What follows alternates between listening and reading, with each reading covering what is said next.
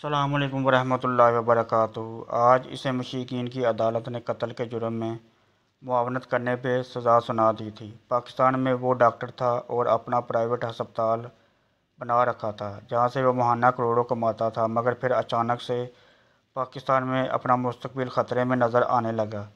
جس پاکستان نے اس کو اس مقام پر پہنچا دیا تھا کہ آج دنیا میں اس کے علم کو سراہا جا رہا تھا، اس نے اسی پاکستان کو چھوڑ کر امریکہ منتقل ہونے کا فیصلہ کیا اور پھر اپنے فیصلے کو عملی جامہ پہناتے ہوئے پاکستان سے اپنا سارا کاروبار سمیٹا اور امریکہ منتقل ہو گیا۔ دولت شہرت نے اس سے انسانیت چھین لی تھی، رحم چھین لیا تھا، بدلے میں اسے غرور و تکبر دے دیا تھا، رشتہ داروں سے قطعی تعلق دے دی تھی۔ پیسے نے اس کی آنکھوں پر ایسی پٹی باندھ رکھی تھی کہ اسے کچھ بھی دکھائی نہیں دے رہا تھا۔ وہ ہر چیز، ہر بات، ہر موقع پر خود کو حق پر سمجھ رہا تھا۔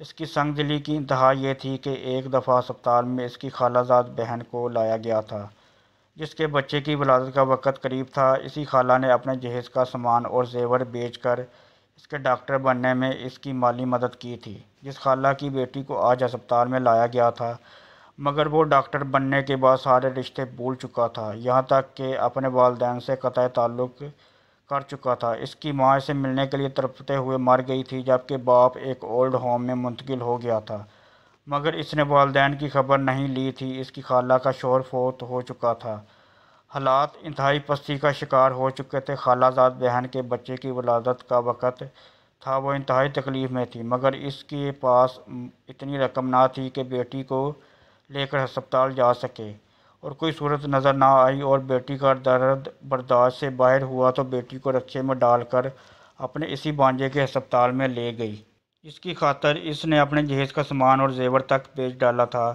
تاکہ اس کا بانجا اپنی تعلیم مکمل کر سکے، اور جب بانجی نے تعلیم مکمل کر لی تو وہ انسان سے جانور بن گیا۔ اس نے سبھی ماں سے قطع تعلق کر لیا تھا۔ خالہ تو پھر خالہ تھی۔ جب اس کی خالہ اپنی بیٹی کو لے کر ہسپتال پہنچی اور ہسپتال کے مالک سے اپنا رشتہ بتایا تو ہسپتال کے مالک نے انہیں پہچاننے سے انکار کر دیا اور درد سے مرتی خالہ زاد کو ہسپتال میں داخل کرنے سے پہلے تمام واجبات ادا کرنے کا کہا۔ لاکھ منتیں کی مگر وہ پھر بھی نہ مانا اور گارڈ سے کہا ان کو زبردستی ہسپتال سے باہر نکال دو۔ گارڈ ماں بیٹی کو زبردستی باہر نکالنے لگے اور ڈاکٹر صاحب کی خالہ بار بار منت سماجت کے لیے ان کی طرف بڑھنے لگی۔ ڈکم پیل میں غلطی سے یا جان بوجھ کر گارڈ سے گولی چل گئی جو سیدھی جا کر اس ڈاکٹر کی خالہ زاد بہن کے پیٹ میں لگی۔ اس کے پیٹ میں موجود بچہ اور وہ موقع پر ہی دم توڑ گئی۔ ڈاکٹر صاحب نے خود کو مکمل طور پر محفوظ کرنے کے لیے خود ہی پولیس بلوا لی اور پولیس کیس بنوا دیا گیا۔ گارڈز نے الزام اپنے ساتھ لیا اور کہا کہ اسے غلطی سے گولی چل گئی، اسے جیل بھیج دیا گیا، جہاں سے ڈاکٹر صاحب نے اسے 2-2.5 سال کے اندر ہی بری کروا لیا۔ اس کے اس اچھے اقدام کے عوض اس کو انعام و اکرام دے کر رخصت کر دیا اور خود کاروبار سمیٹ کر امریکہ چلے گئے۔ کچھ عرصے قبل انہوں نے امریکہ میں اپنے گھر ایک پارٹی رکھی جس میں شراب و کباب اور کباب کا انتظام تھا۔ اس پارٹی میں ان کے دوست احباب اور کولیگز اپنی محبوباؤں کے ساتھ شامل تھے۔